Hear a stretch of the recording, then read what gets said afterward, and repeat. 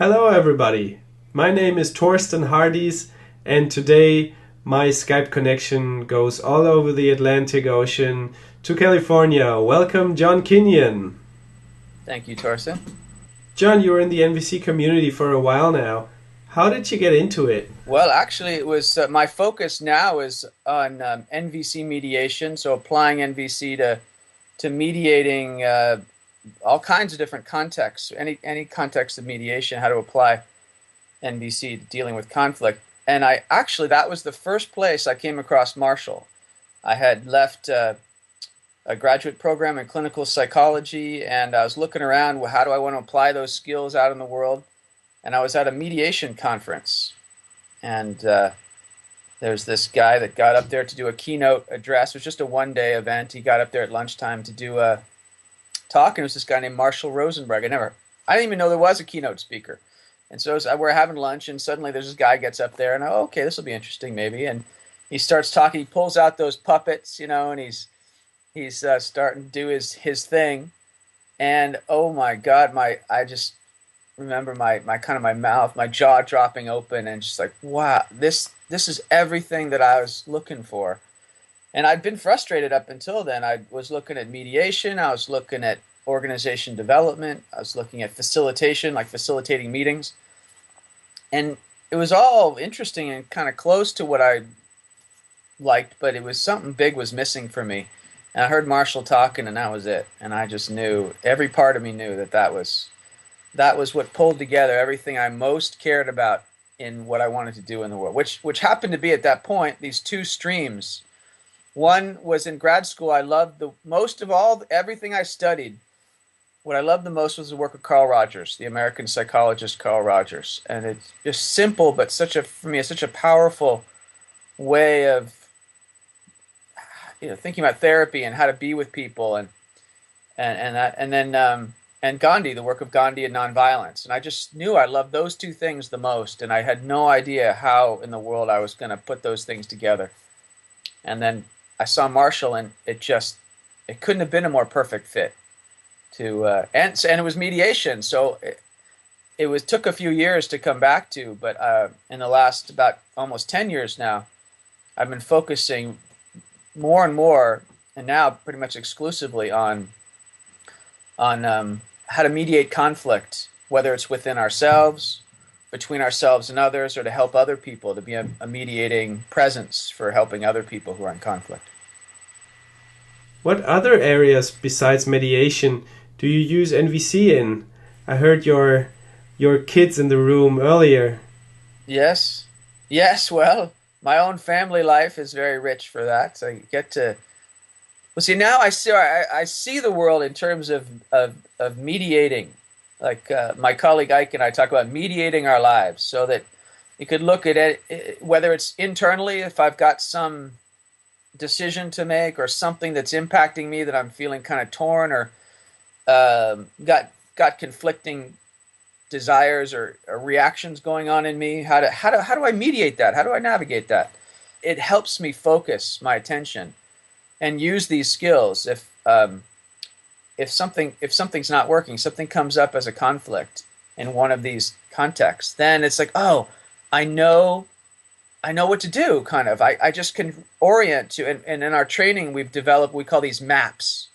So it's like the maps put together the language of needs and the skills of empathy with self and others and expression, putting that together in different permutations depending on what context of the conflict one is in. And if all I have to do is remember that I have a map, oh, I know I have some guidance of navigating through this conflict. And I can practice it too. So I can practice it with myself, I can practice it with practice partners. And so when it's happening, I have much more likelihood that I can be successful in navigating through. Because I find, even after 15 years of training of myself, so deeply immersed in the language and the skills of NVC, when I get triggered, when I get that fight, flight, freeze reaction, that biological threat response inside me, it's easy for those skills to just be gone, and I'm just reacting out of habitual ways. So there's something about having these maps and being able to practice them. And then I can do them in the moment. Even though I'm triggered and reacting, I can actually move through the conflict in a new way. And so I find in my own life, and that's how we're offering it more and more to others in our trainings. And it seems to just be really, really helpful and, additive to people to kind of be thinking in terms of conflict and how do we navigate these different conflict contexts with these different maps. Can you tell us a little bit more about those maps? Yeah, well, so for example, one would be that I think of as the most foundational map. The first one, the most foundational, we call it self-connection practice, the practice of self-connection. And I don't think of it now as just what in NVC training we traditionally would call self-empathy, which I define self-empathy as using language to go through what am I observing and thinking, what am I observing that happened, and what am I observing about my thoughts about what happened, to have that observation, and then naming my feelings, naming my needs, and looking at what do I want to do as a request. So naming that, kind of how do I talk to myself, right? And using that to get more connected to myself. For me, that's just part of self-connection. And often that's a very difficult thing to do when I'm reacting in the moment. So for me, or for us in our training, we kind of simplified down what self-connection could be. They would also incorporate what I call these nonverbal practices that have been throughout the millennia of spiritual and wisdom teaching traditions, and also been studied in research a lot. What helps us when our body is reacting in fight flight? How do we come back to a state of greater calm and relaxation? So what we now have as a map for self-connection are just three things: breath, body, needs. The first two being this kind of nonverbal. They don't require verbal processing. They're easier to do than try to go through naming our thoughts and feelings and needs.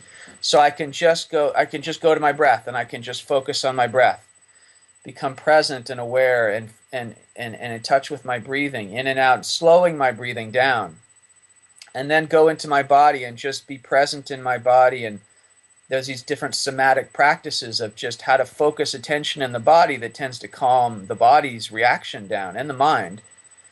And then to name some needs, to just kind of try to name a few needs, whatever I can manage to, bring my attention to, and kind of cycling through those three steps. So that's sort of a map of kind of knowing, self-connection practice. And I practice that every day, those three things, every day, throughout the day. So that when I'm starting to react, all I have to do is remember self-connection practice and breath, body, needs, and I can just do them without requiring a lot of effort. So that's sort of like a first step. Then it's like, what do I want to do from that point? So that's just a beginning point, but it's a way to I think we found to more realistically deal with that first reaction moment, catching it, and then doing something that's kind of really doable as a first step. So that would be one map. Yes, one map, self-connection practice, which actually we incorporate this intensity practice to it, so that you can practice getting triggered, coming back to self-connection, or framing anything that's happening as intensity practice. So we've really done a lot to try to work with that moment of intensity. So that's one map. But that's, like I said, that's just one of a number. What we found is those three contexts of within ourselves, between ourselves and others, and then helping other people who are in conflict. That's one dimension of context of conflict. There's another dimension, though, that what we've discovered over the years is temporal. That there's before the conflict, during the conflict, conversation, and then afterwards, learning from what happened. So I can do some things to prepare myself beforehand to have a difficult conversation. I can then and there's a map. We have a map for that. How do we prepare ourselves? How do we prepare others? How do we support other people who are going to be going into a difficult conversation? to use all the skills of NVC to kind of package it in a particular way that helps people prepare themselves to what we call the enemy image process, to dissolve enemy images, a three-part process of that. And then there are during having the conversation. So whether I'm having the conversation in my own head, or I'm having it with somebody else, or I'm helping another person have the actual conversation, different maps for each of those contexts. And then afterwards, to learn from what happened, to learn from what I did, to learn from what occurred in the conversation, to talk with people about the mediation afterwards and say, how was it for you? And we call it a mourn, celebrate, learn process as a way to get into a different learning cycle that can really help us keep evolving and growing and keep having, a more successful next conversation and next conversation. So these two dimensions make up these 9 grid spaces, the three contexts of first person, second person, third person, and the temporal context of before, during, and after. If you make a grid of that, there's these 9 spaces, and we've over the years been filling those in and finding each one of those is a different map, a different configuration, organization of the language of needs and the skills of self-empathy, empathy for other, and self-expression, putting those together in different ways. So that is one map. And if people want to find out more about the other maps, where can they do that? How can they do that? Well, right now it would be, we just finished a revision of our manual for our year-long training program. And so, but at the moment, the way to really find out about that is to come and do our training with us. Well, I'm sure we are going to be producing materials for people to learn about this. We call this integral framework of all the maps and each one. And but we haven't made something like that for the public yet. It's just for our training programs that we people in our trainings. But that will be coming. We're also coming out with a book by next year sometime. I believe we'll have a book for the sort of the ebook or some kind of book for the general public that will be addressing all these things as well. So that's coming. And maybe we can do another interview just on maps one day. Yes, but I want people to come and do our training with us, because I've found it really does seem to help navigate this conflict. For me, it hasn't been enough just to know the language of NVC, to have the skills. There's something about having these maps, practicing them, having a learning community of people around us to practice with and support each other. Because, man, when we're in conflict, all that stuff goes out the window so quick, even after years of study, So I really want people to come see what we're doing, and I think it's making a contribution to NVC and to the world. So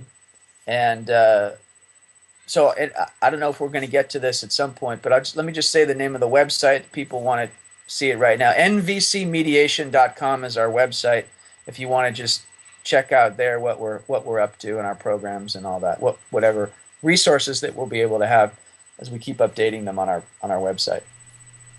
Okay, webpage, that is my keyword. Our blog is called NVC Principles. So parts of our interviews are always talking about principles of nonviolent communication. And one question I like to ask is, if you just had time to teach 3 principles in a workshop, what would these 3 principles be? Well, the principles, for me, what NVC is really about, the one main principle, and there are a lot of principles that go with NVC, and I sometimes worry that those get more sometimes into kind of value systems, belief systems about what's a good way of being in the world. But for me, the real core principle that it's all based on is this idea that everything we human beings or any organism is doing, but to stay with human beings, anything we think, say, or do in every moment is to try to meet a need. And that goes with that is that it's always in that moment the best way we know how to meet our needs. that if we knew a better way to meet our needs, we would. So it's the idea both that that's what we are doing in every thought, every action is to try to meet a need, and it's the best way at that moment we know how to meet a need. And other people too. So it gives a kind of compassion for others as well as ourselves. So that principle, that insight that Marshall had, I think to me is the real, that's what, and that the principle of becoming conscious of our needs. So maybe the first is more like a premise, a kind of a given. I don't know if it's a provable, empirically provable statement, but if you buy that premise that we're always meeting our needs, and needs being something we all share as human beings, we all have the same needs, and we share needs with all other organisms. That if you buy that premise, then what I think follows from that is that the goal to be conscious of our needs, and then to be conscious of what we want to do to try to meet our needs. And perhaps a third element is then to learn from. So we can get conscious of our needs as much as we can in the moment, and then consciously choose what we want to do to meet them, and then learn, did it work or not? Did it meet our needs? And we can learn from that. That's the mourn, celebrate, learn process, to learn, did it meet our needs? And then we can try again. So that to me is the essence of what NVC is really about, being conscious. That's what consciousness means to me. Conscious of our needs, conscious of our choices, and then learning from those choices. The concept of needs could be new to some of our viewers. How would you explain it? Well, just if people are new to that concept, I want to be clear what we're talking about with needs, what I'm talking about with needs. So 2 ways I like to quickly talk about needs. It's something that I could imagine any human being on the planet wanting. So it's what we want, what we desire, that we can imagine any human being on the planet wanting it, no matter what place or culture or all the differences that we have as human beings, that there are certain things that we all want, like trust, safety, love, understanding, community, support, those kind of qualities, those things that are universal. And they're not, so that's one thing, universal desire. I could imagine anybody would want it, and that they're not specific. So that they're not related. A need is never related to a person, place, thing, object, form. No, completely not related to the form of something, or we call a strategy, a way of meeting a need. So there's ways of meeting needs, and then there's the needs. So if that being the definition of needs, then to me, to be conscious of that, often we go through our lives, our day-to-day lives, reacting to whatever's in front of us, and then using whatever strategies, whatever ways we've learned to meet our needs in the past, and we just sort of keep using that unconsciously, and we get whatever we get from that. And if we're lucky enough, we've learned some wonderful ways of meeting our needs as we've grown up. So that's what's become habitual and automatic for us. But for a lot of us, especially when we're in conflict, we react in ways that are probably not so likely to get our needs met. So the idea is, if we can get conscious of our needs as we go through our day, then we can really look at is what I'm about to do really going to meet my needs? Is it really going to give me what I'm wanting? Is it going to give me the love, the care, the respect, the connection that I want with people? So just having that is, I think it's much more likely we'll actually get our needs met if we're conscious of them and consciously choosing our response instead of relying on habitual, unconscious reactions from the past. Okay, so any other principle that you want to mention? Related to this idea of getting conscious of our needs, this has come out of a recent conversation with a colleague of mine named Larry Rosen, and he brought up this idea that he's been wondering does focusing on our needs in some ways make us less happy instead of more happy? And as we talked about it more, I got more and more intrigued by, because there are some needs we can focus on, at least in a particular way, like respect. If we're not getting the respect we want and we focus on that need, we're really conscious of how our need for respect is not being met, then we can keep being kind of agitated and upset about that, versus focusing on other needs that tend to like love and connection and compassion. I don't know, those kind of things. So what I'm taking from that conversation is that I think it's this balance between being in touch with our needs and then how can we meet them? So there's like that trying to meet our needs is just, that's a given. That's what we're always trying to do. But there are times when trying to meet our needs, at least in a particular way, it might not lead to happiness as much as we like. That there's also another side of the coin, which has to do with these four, what I think of as spiritual principles, or you could think of as happiness principles, that we see across all the wisdom traditions, the spiritual traditions of the world and of human history. And as I see it, there's these sort of four basic principles. There's being in the present moment. There's accepting what is. There's non-attachment to particular ways of our needs being met, and to use an NVC way of saying it. And also synchronicity, a way of kind of allowing things to show up and being attentive to what comes and kind of being in the flow of life, that we're not working so hard and efforting. So to me, I guess I want to hold those principles of what I call spiritual principles or happiness principles, and this idea of meeting our needs, which is a more active. It isn't just sort of being in the present moment, accepting, allowing, letting go of attachments. It's more active, often trying to get our needs met in some way. And I think both are really important, of being not only conscious of our needs and trying to meet them, but also really being aware of when does it actually better meet our needs to be in the present moment, to be accepting what is, and finding ways to meet our needs within that.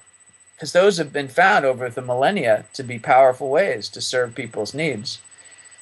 So something about that, just being aware, I think, of that, holding both. And so it can be very easy to get focused on our needs and then get tense about thinking we have to meet them, or suffering because our needs are not being met. Okay, anything else you want to add? I think that's it for now, Torsten. Alrighty, so then thank you very much for this awesome interview. Thank you, John. You're welcome. You're welcome. Thank you. I enjoyed it.